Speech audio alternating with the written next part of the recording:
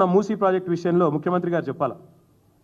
మేము కూడా మొత్తం దేశంలో ఉండే అన్ని వివరాలు తెప్పించినాం. ఇగో ఇది నమామి గంగే యొక్క ఇగో డిపిఆర్ ప్రాజెక్ట్ వివరాలు మొత్తం అసలు దాని మొత్తం ప్రాజెక్ట్ యొక్క పూర్వాపరాలు ఏంది దాని కథ అనేది నేను కూడా అవుట్ ఆఫ్ క్యూరియాసిటీ తెప్పించిన. ఏంది అసలు నమామి గంగే ఏంది?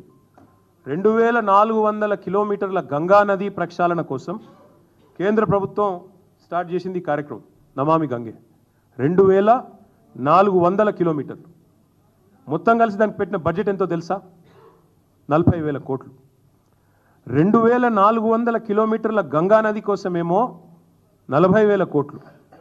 కానీ 55 కిలోమీటర్లలో జరిగే మూసీ సుందరీకరణ కోసం మాత్రం ఈ ముఖ్యమంత్రి గారు చెప్తారు 1,50,000 కోట్లు ఖర్చు అవుతుందంట. దీన్ని స్కామ్ అనక ఏమనాలి మరి మేము? దీని వెనకాల ఉన్న మతలబేంది చెప్పాలి కదా. ఇంకొక మాట కూడా రేవంత్ రెడ్డి గారు చెప్పాలి. అనుమతులు ఇచ్చిన ఇండ్లను కూల్చడం అంటే ఇది ప్రభుత్వానికి తన వ్యవస్థ మీద, తన యంత్రాంగం మీద, తన పరిపాలన మీద తనకే పట్టులేని తనానికి నిదర్శనం కాదని నేను అడుగుతా ఉన్నా. ఇంకొక మాట కూడా నేను రేవంత్ రెడ్డి గారిని అడుగుతా ఉన్నా. కూల్చాల్సి వస్తే, and I'm saying this as a minister who worked in municipal department for 8 years, 8 ఏళ్ళు మున్సిపల్ మినిస్టర్గా నేను పనిచేస్తున్నాను. కూల్చాల్సి వస్తే మొదట కూల్చాల్సింది నాలాల మీద ఉన్న వాటిని కూల్చాలంటున్నారు కదా. ఫస్ట్ కూల్చాల్సింది హైడ్రా కమిషనర్ ఆఫీసు.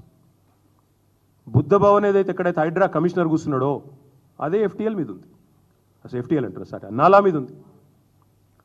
హుసేన్ సాగర్ పక్కనే ఉండే నాలా మీద బుద్ధ భవన్, దానిలోనే ఎలక్షన్ కమిషనర్ ఉంటాడు, యువతల దిక్కొస్తే హైడ్రా కమిషనర్ ఉంటాడు, అలానే విమెన్స్ కమిషన్ ఉంది.